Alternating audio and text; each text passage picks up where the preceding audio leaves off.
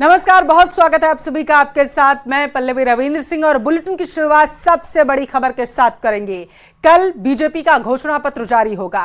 कल सुबह बताया जा रहा है तकरीबन 8:30 बजे के आसपास बीजेपी अपना घोषणा पत्र जारी करेगी। लोकसभा चुनाव के लिए बीजेपी संकल्प पत्र कल 8:30 बजे जारी करेगी। बीजेपी के संकल्प पत्र में ज्ञान पर फोकस रहेगा। सूत्रों के हवाले से इस वक्त की बड़ी खबर निकलकर सामने आ रही है।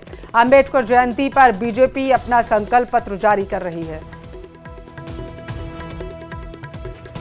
तो सियासी गलियारों से जुड़ी इस वक्त की बड़ी खबर आपके टेलीविजन स्क्रीन पर है। कल बीजेपी अपना घोषणा पत्र जारी करेगी। आम चुनाव को लेकर के क्या क्या वादे रहने वाले हैं बीजेपी के, देखने वाली बात होगी। बताते चले कि इससे पहले कांग्रेस जो है अपना घोषणा पत्र जारी कर चुकी है। बीजेपी की तरफ से कहा गया था कि सबसे सुझाव लेने के बाद, आसमी सहमति के बाद घोषणा पत्र जारी किया जाएगा।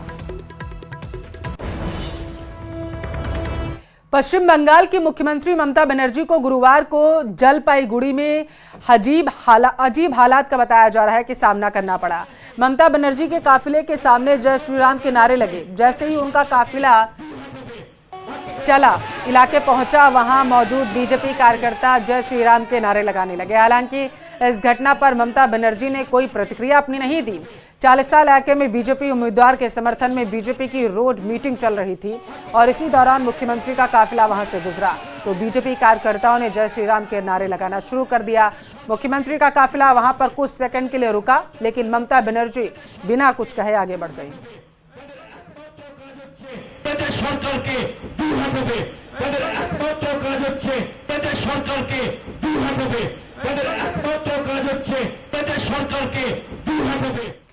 बीजेपी ने इस लोकसभा चुनाव में नारा दिया है कि अब की बार 400 पार, मोदी है तो मुमकिन है।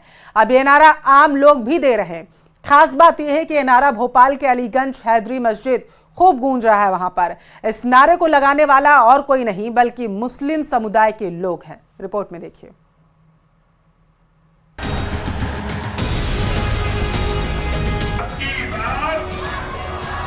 जब मस्जिद में गूंजा मोदी मोदी, हर हर मोदी, घर घर मोदी का नारा। मोदी है तो मुमकिन है। हैदरी मस्जिद में मोदी मोदी की गूंज। राजधानी भोपाल की हैदरी मस्जिद, जहां मोदी मोदी के नारे की गूंज सुनाई दी। इस नारे को लगाने वाला कोई और नहीं बल्कि मुस्लिम समुदाय के लोग हैं।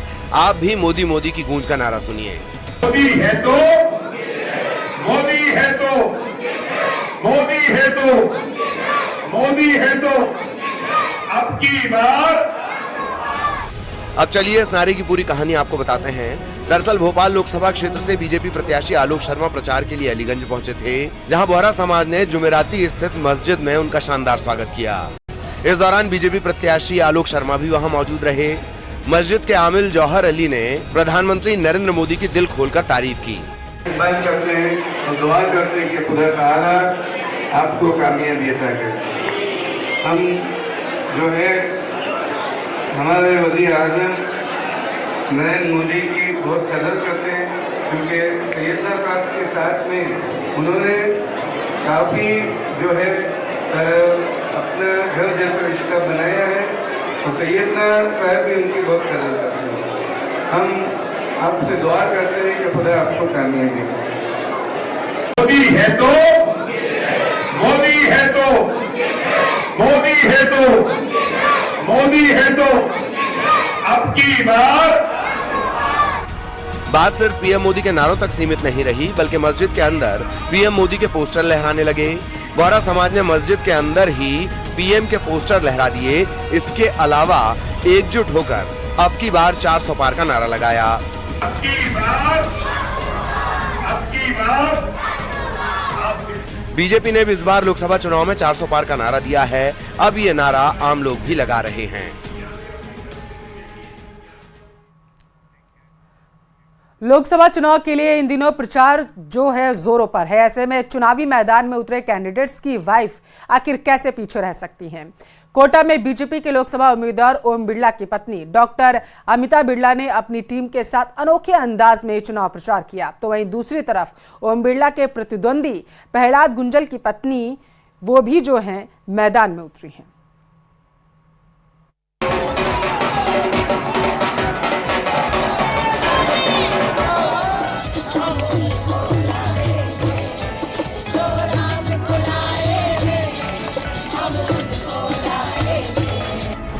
सियासी संग्राम, पत्नियों ने संभाली कमान। ओम बिड़ला के लिए अमिता बिड़ला का कैंपेन। प्रहलाद गुंजल की जीत के लिए जय कंवर बहा रही है पसीना। इतिहास इस बात का गवाह है कि जब जब पतियों की जीत का सवाल आया तो पत्नियों ने मैदान में उतरकर उनका साथ निभाया। 30 अप्रैल को हम सब बहनों को इकट्ठा होने की जरूरत है। बात पौराणिक काल की हो या फिर वर्तमान की, महाकाव्य रामायण के प्रसंग के मुताबिक राजा दशरथ के लिए महारानी कैकेयी युद्ध के मैदान में उतरी। वहीं वर्तमान में लोकसभा के रण में पत्नियां अपने पतियों की जीत सुनिश्चित करने के लिए जमकर पसीना बहा रही हैं।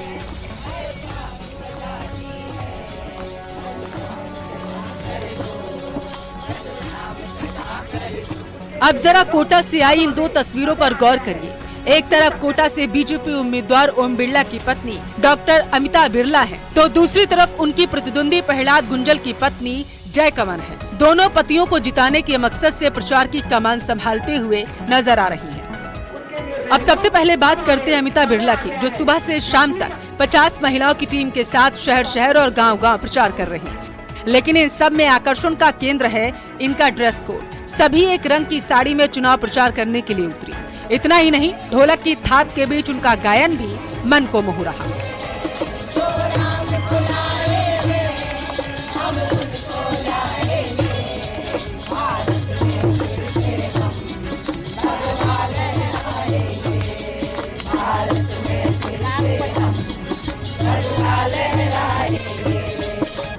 जैसे हनुमान जी, राम जी को जब विजय प्राप्त करनी थी तो उन्होंने हनुमान जी को साथ लिया था, इसीलिए हमको भी अभी बहुत बड़ी विजय प्राप्त करनी है। मोदी जी को 400 पार पहुंचाना है, तो हम भी हनुमान जी का सहारा लेके हर मंदिर में, हर लोगों के बीच में जाके हनुमान चालीसा पाठ करते हैं। अब देखिए दूसरी तस्वीर। ये है कांग्रेस उम्मीदवार प्रहलाद गुंजल की पत्नी जय कंवर।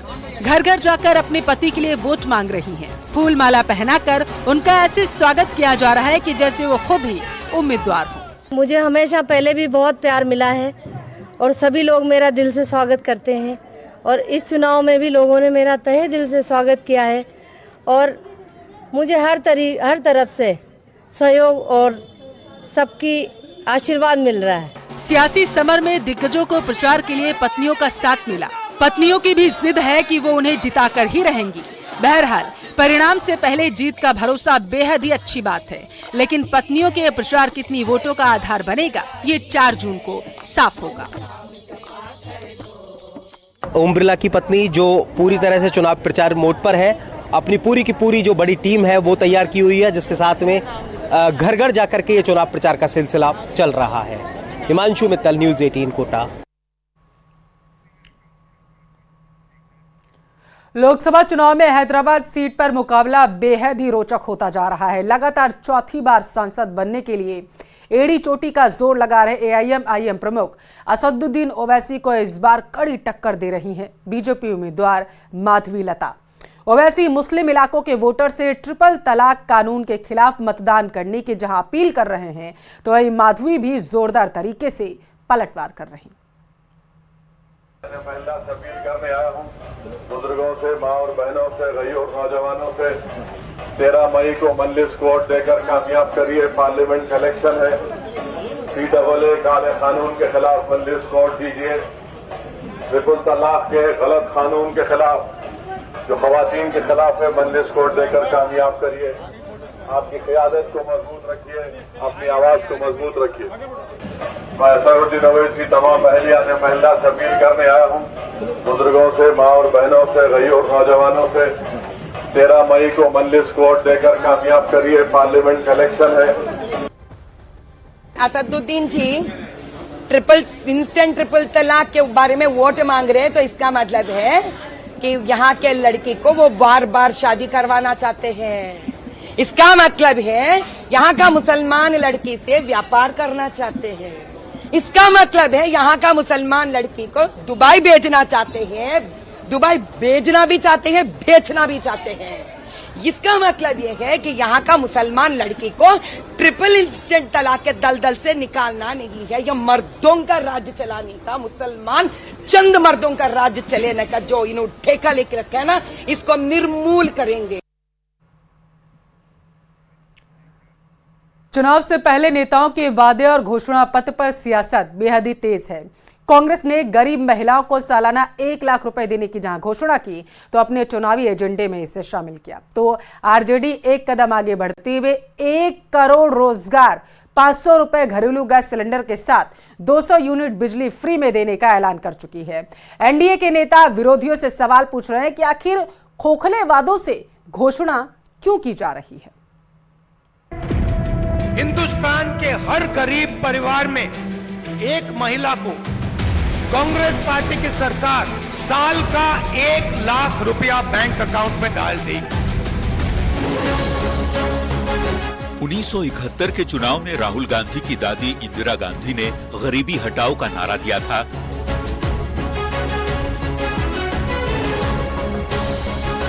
तब से लेकर अब तक 53 साल में गरीबी दूर नहीं हुई। राहुल गांधी अब एक बार फिर लोकसभा चुनाव के दौरान अपने पुराने वादे में से कुछ लाइन जोड़कर सामने लाए हैं। 2019 में 20% गरीबों को सालाना 72,000 रुपये देने का वादा किया था, जो अब गरीब महिलाओं के लिए 1 लाख रुपये सालाना तक पहुंच चुका है।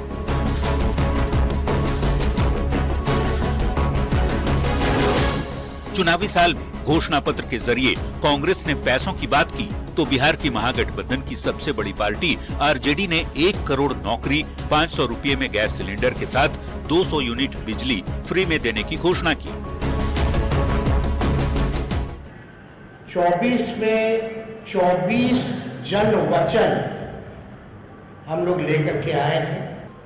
अगर हमारी इंडिया अलायंस की सरकार बने तो देश भर में 1 करोड़ नौजवानों को नौकरी, सरकारी नौकरी हम लोग देने का काम करेंगे और ये परिवर्तन पत्र परिवर्तन लाने का काम करेगा।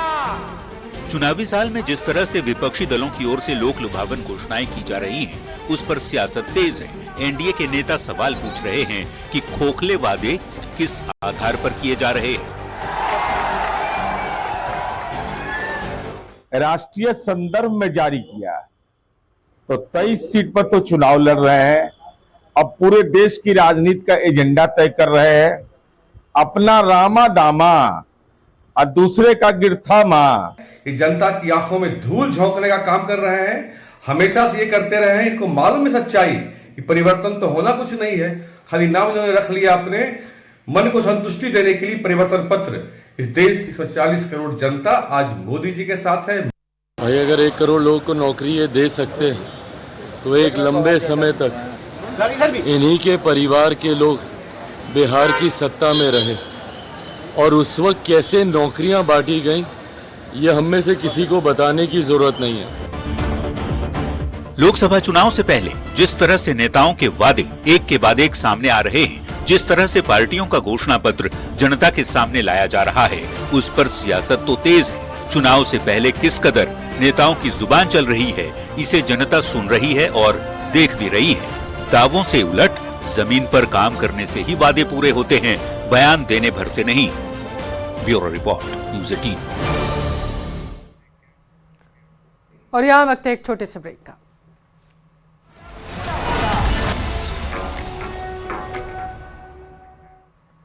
ब्रेक के बाद स्वागत है आप सभी का। मध्य प्रदेश के ग्वालियर में एक चाय वाला पिछले 30 सालों से चुनाव लड़ रहा, लेकिन आज तक जीत दर्ज नहीं कर पाया। आनंद कुशवाहा अब तक 27 बार चुनाव लड़ चुके हैं। वो कभी पार्षद के चुनाव में किस्मत आजमाते हैं, तो कभी विधानसभा के चुनाव में। इस बार वो लोकसभा का चुनाव लड़ रहे हैं और इससे पहले वो राष्ट्रपति चुनाव भी लड़ने की तैयारी कर चुके थे, लेकिन तकनीकी खामियों की वजह से वो नामांकन नहीं कर पाए। 27 चुनाव हारने के बाद भी आनंद कुशवाहा ने ना हौसला खोया है, ना ही उम्मीद छोड़ी। उनका कहना है कि जब एक चाय वाला प्रधानमंत्री बन सकता है तो वो सांसद तो जरूर बन सकते हैं। और इसी उम्मीद में आनंद अपने सियासी करियर का 28वां चुनाव लड़ने जा रहे हैं, जिसके लिए वो 18 अप्रैल को नामांकन करेंगे।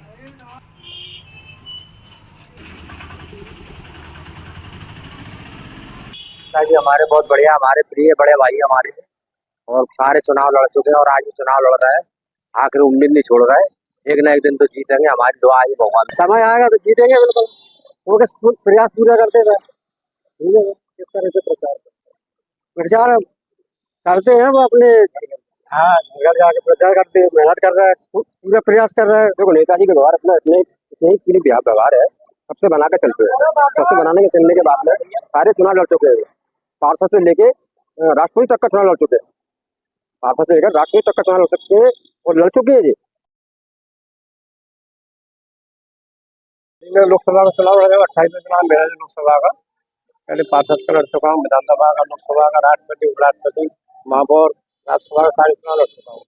मेरा 28 चुनाव लोकसभा का, उसको लड़ रहा हूँ, अपने हिसाब से लड़ता हूँ।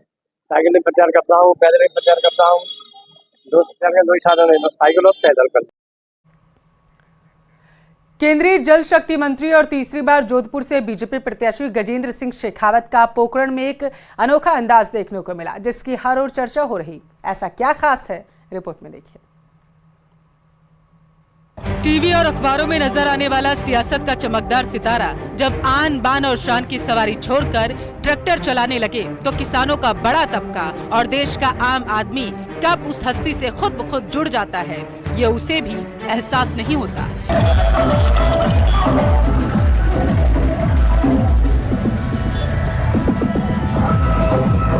देखिए गजेंद्र सिंह शेखावत किस ठसक से ट्रैक्टर चला रहे हैं। जोधपुर से बीजेपी प्रत्याशी गजेंद्र सिंह शेखावत एक दिन के पोकरण दौरे पर रहे। शेखावत के सांकड़िया, रातड़िया, भणियाणा गांव पहुंचने पर शानदार तरीके से स्वागत किया गया। भणियाणा सीमा से चुनावी सभा स्थल तक गजेंद्र सिंह शेखावत ट्रैक्टर पर सवार होकर पहुंचे। गजेंद्र सिंह शेखावत ने बीजेपी को किसानों का सच्चा हितैषी बताया। गजेंद्र सिंह भणियाणा सीमा से 50 ट्रैक्टरों के साथ 200 से ज्यादा वाहनों के काफिले के साथ चुनावी सभा स्थल पहुंचे। रास्ते में जगह जगह गजेंद्र सिंह शेखावत का स्वागत किया गया।